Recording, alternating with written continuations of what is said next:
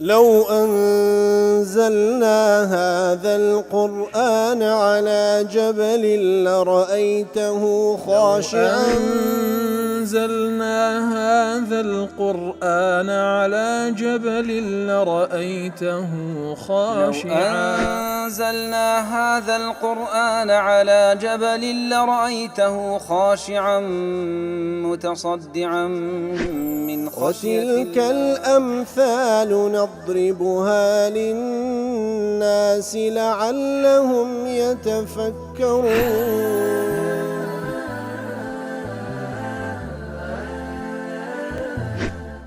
الحمد لله والصلاة والسلام على رسول الله وعلى آله وصحبه ومن والاه.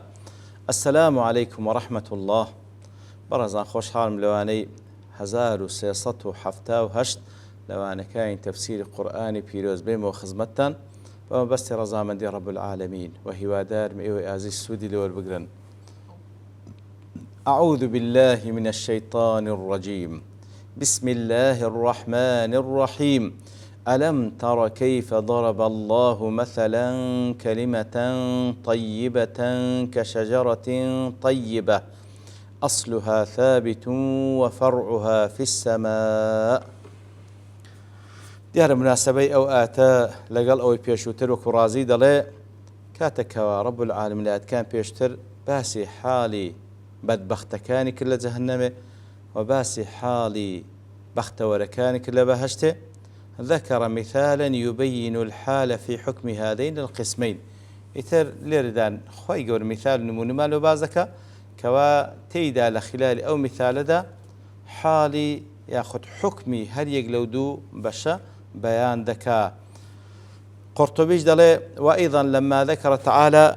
مثل أعمال الكفار کاتێکەوە ئەتکان پێشتر خۆی گەور نمونەیەکی هێناوە لە بۆ کار و کردەوەی کافرەکان كفرم كرماد اشتدت به الريح في يوم عاصف. لرد ذكر مثلا لأقوال المؤمنين وغيرها كات ليرش نمونه لبو قول كردوي إيمان داران ديني توا. ألم ترى أي ألم تعلم آية نازاني يا محمد صلى الله عليه وسلم ويأخذ الخطاب لكل من يصلح للخطاب وكشوكاني دره كواتا آية نازاني يا محمد صلى الله عليه وسلم يان آية نازاني همو أو كسي كوا آت كذا خيمتو خطابي لقال ذكري وكل شوكاني دره كيف ضرب الله مثلا كيف مثل الله مثلا نازاني بتشيويك رب العالمين نمونيه نايتوا كلمة طيبة كشجرة طيبة وشبه شبهها شبها كلمة طيبة أو مثال كينيته نمونة كيبوي هنيته نموني كلمة طيبة وشي باك نموني وشي باك كوالردا وشي باك تيا كلمة التوحيد وشهادة أن لا إله إلا الله كواتقيمي وشي باك ترين وتاكترين وشا كلمة يكتا برستي ويكوا برستي ولا إله إلا الله نموني أو كلمة كشجرة طيبة كشجرة وكو داريكي زور باكو تاكا دارك بروبوميشي زور جواني هبي أو دارك زور بيزانان دفرمو الشجرة الطيبة باشترين وصف لسرت دارك بابلين وصف ذكري بكلمة بشجرة طيبة كالنخلة وكو دار خرمة نموني وشي باك وكو نموني دارك ودار خرمايا. والقول بأن المراد بالشجرة الطيبة النخلة وهو قول أكثر أهل التأويل زوربي أهل تفسير آوان ليك دايتو أو شجرة طيبة بريتل خرما دار خرما نموني وشيباك وتاك وكو دار خرمايا أو دار خرمايا أصلها ثابت وفرعها في السماء. أو دار خرمايا هل وكو أو دار خرماء أصلها ثابت أي جذور هذه الشجرة الطيبة ثابتة في الأرض. رجي أو دارا بناخي زويدة تخوارو خويدها كتايا. وفرعها في السماء وأغصانها مرتفعة نحو السماء ئەو دارە تەواو جێگیر بووە و خۆی داکوتە بەڕێگەکانی و فەرع و با بڵێن لق و پۆپەکانیشی لە ئاسمان بەرز بوویتەوە. ئیتر فەکەذلکە کەلیمەت تەوحید بە هەمان شێوە کەلیمە و شەی تەوحید و یەکتاپەرستی ئەسڵها ثابت ئەسڵەکەی ڕێگەکەی جێگیرە وەڕاسخ فی قەلبی المؤمن وەکو عەقیدەی یەکتاپەرستی ئەسڵ و ڕێگەکەی جێگیرە و تەواو قایم بووە ڕەجی داکوتا لە ناو دڵی ئیمانداران وفروعها لق و پۆپەکانیشی ئەو کەلیمە و ئەو عەقیدەی تەوحیدە کە بریتە لە الأعمال الصالحة لق و پۆپەکانی ئەو عەقیدەی تەوحیدیش کە بریتیە لە کردەوە چاکەکان صاعدە إلى السما خاوەنی ئەو کەسەی کەوا لە دڵ و دەرونی عەقیدەی تەوحید هەیە بەروبوومی عەقیدەی تەوحیدیش کردەوەی چاچی لێ بە پاش دەکەوی ئەو کردەوە چاکانش خوای گەورە بەرزی دەکاتەوە لە بۆ ئاسمان مرفوعة إلى الرب سبحانه بەرز دەکرێتەوە لەلای الله تعالى لا مجموع فتاوى ابن تيمية دەڵێ ضرب الله المثل لكلمة الإيمان بالشجرة الله تعالى نموني لبو إيمان وكلمة توحيد ناتو بدار أصلها ثابت وفرعها في السماء أو زاد الله فالشجرة كلما قوي أصلها وعرق وروي يتردار همان ديزاين هركاتك أصلكي تواو جيجير بو رقو رشالي داكتا يتر بردوامج أودرا قوية فروعها أو دارا لقبوبكاني بهيز دبن وفروعها أيضا إذا اغتذت بالمطر كاتك كوا فرع بربو مكشي لقبوبكاني كاتك بآوي باران كاتك بآوي باران أو ددري والريح أثر ذلك في أصلها كواتا هرتسندا بابلين ما بس أوي هرتسندا أو داري إيمانا لو دلو درون رجي داكتاي بربومي زياترة وهركاتيش بربوم زياتر بو بباران أو درا أي زياتر رجا كي داكتي وكذلك الإيمان في القلب والإسلام علانية كواتا إيمان لدلو درونا إسلام تجبري تلك الدوت ساكان كوالا ظاهري بديار دكيو خوي فعلا هروا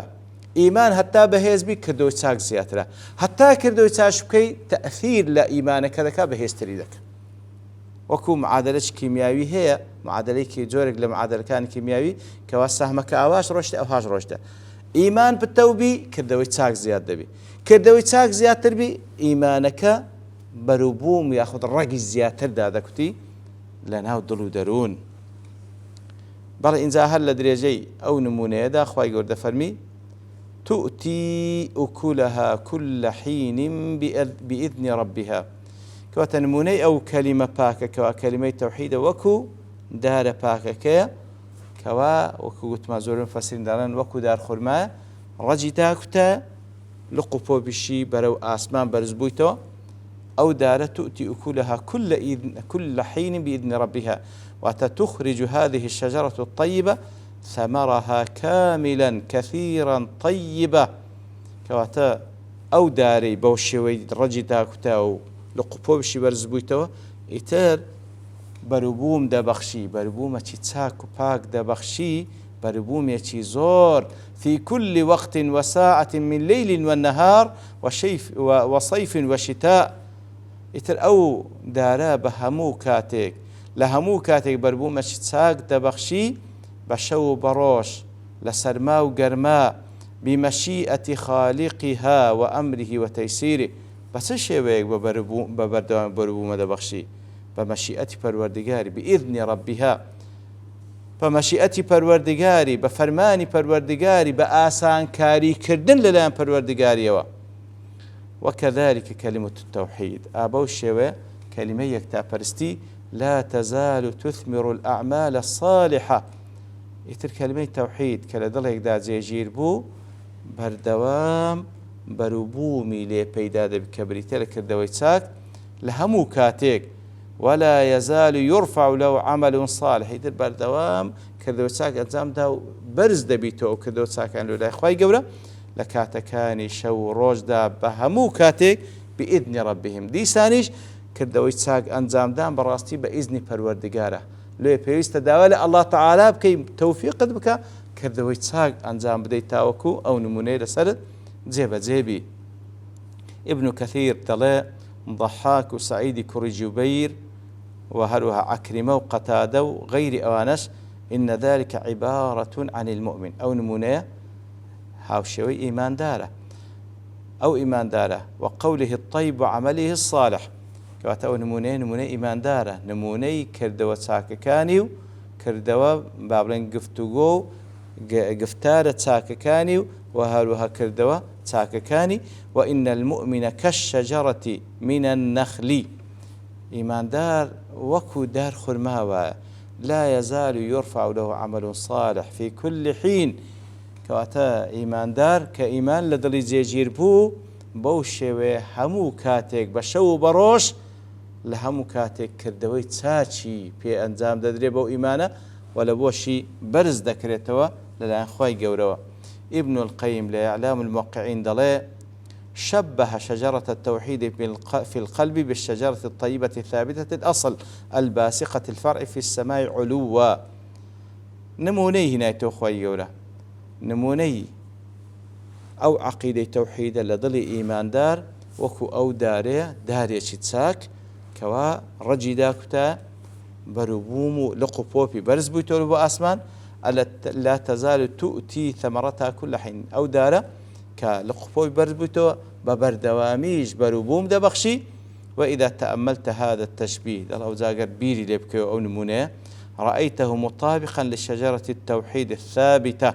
أجر بير لبكو فعلا أو دارة نموني داري توحيد ويكتا برستية كوا الثابتة الراسخة في القلب أو عقيدة توحيدي كوا فعلا جيجير والناضل دروني إيمان دار التي فروعها من الأعمال الصالحة صاعدة إلى السماء. بربو مكاني لقبو مكاني بريت لك ذو ساكان كوا برز دبيتول بو آسمان. ولا تزال هذه الشجرة تثمر الأعمال الصالحة كل وقت يتربى بردوامي أو داري توحيد بربومي كبريت لك ذو ساكان لهم كاتيك بردوامة بحسب ثباتها في القلب. لقدر أو كوا أو دار أو عقيدة سندت زيجير لنا ودر دارون أو هندبر بومج دبخشي ومحبة القلب لها أو دلا يترتسن أو عقيدة خوش دبي سن إخلاصي تدادك سند زانياري ومعرفة برانبري هي وسند بحقكاني هالدستي سند رسائل دك وتساوديري دك أو هندبر بومج دبخشي. لا حديثك ذاك بخاري مسلم رواتيان كذا ابن عمر خوي يقول لخوي بابي راز دفرمي لخزمت بيغمبر دابن صلى الله عليه وسلم في أصلا فرموي أخبروني بشجرة تشبه أو كالرجل المسلم لا تحات في أصلا فرموي هوالم بيبدن شتيك هاوشيوي إيمان داري هاوشيوي بياويش مسلمان بي كوا لا تحات ورقها ولا نموني أوم لو بينوا كوا نزيق بي لكسيشي إيمان دار هاوشيوي كسيشي إيمان دار بي كوا وكو أوي بي كوا وكو داريك بي كوا قلاكاني لينا وريو وهروات سندين وصبي دي كيكر چه نمونم لو دين تو چه داريك وكو إيمان دار كوا بردوان بي وكو بلي پايزي بسرداني كوا قلاكاني بكوي همو كاتيشيش بروبون ببخشي. ابن عمر دلي أمن كتنا ودلو درون كوا أو دار خرماء بس دار خرماء أو هاي كوا لقبوبي قلاكاني ناكوي لبايزان دا بلام دليك لمجلسك أبو بكر عمري ليبون خوان لرازوانش هيس قصيان نكر يتر أمنيش بيام شرم بو مقصام بكم كوان هيس يان نقو بيام صلى الله عليه وسلم فرمي هي النخلة وبراسي دار خرماء هاوشوي إيمان دارية كوا قلاكاني هيز ناوري قلاي ناوري بالكو بردوان بربومي هي دلكاتي كوا هستام بابم جو دلقوتم والله عملنا نفس الدور دروم دروز بو كوا أوا دار خرماء دل بابشم وتباشا لو قصد نكر لا مش قلتم لبوري أنكو قصدتان نكر لو أمنيش قسم نكر إتر إمام عمر دفرين ابن عمر يقول بعبد الله كوريجو لأن تكون قلتها أحب إلي من كذا وكذا. ئەگەر بتگوت با والله لە فلانەشت و فلانشت پێم خۆشتر بوو، واتە خۆزگا بتگوت با پێم خۆش بوو، فەخر و شانازیم پێت دەکرد کە ئەتوو بەو شێوەیە وەڵامت پێ بوو لە بۆ پرسیارەکەی پێغەمبەر صلی الله عليه وسلم. سعدی دەڵێ وەکەذالک شەجەرەة الئیمان، بەڵێ داری ئیمان ئاوایە، ڕێگەکەی داکوتا لە دڵی ئیماندار کە بریتە ڕەجی ئەو ئیمانی ئەو عەقیدەی تەوحیدە کە ڕەجی داکوتا لە دڵ و دەرونی کە بریتە لە علم و ئیعتیقاد، علمی پێ هەیە و باوەڕی پێ هەیە، و فەرعها و بەرووبوومەکەشی کە بریتە لە وشەی چاک، کردەوەی چاک، خوڕەوشتی باش، و هەروەها لە هەموو ئەو شتانی کە خوای گەورە فەرمان پێ کردێ تەماشا دەکەی دائما يصعد إلى الله منه الأعمال والأقوال التي تخرجها شجرة الإيمان ما ينتفع به المؤمن وينفع غيره. تماشاكي أو عقيدة أو عقيدة كلا دلو درون جيجير بوا بعلمه مثل تماشاكي بروبومي بريتل لقفتاري باكو كردوي تاك كبردوامي برز دبيتو للان أو بندو أنزام ددري وبرز دكتو له أسمان يتر هم بخوش سودي اللي وردقري هم غيري خوشي سود لكردو تاكاني وردقري. بەڵێ خۆشەویستان دیارە ئاەتەکەش تیتر ماتیدا باز بکەین بەڵام دەبەرتەوەبوونی کات دەوەستین بە پشتوانی الله تعالى لەوانەی داهاتوو دێنەوە خزمەتی. وصلى الله وسلم على نبينا محمد وعلى آله وصحبه أجمعين وآخر دعوانا الحمد لله رب العالمين. لو أنزلنا هذا القرآن على جبل لرأيته خاشعا أنزلنا هذا القرآن على جبل لرأيته خاشعا أنزلنا هذا القرآن على جبل لرأيته خاشعا متصدعا من خشية الله. وتلك الأمثال نضربها للناس لعلهم يتفكرون.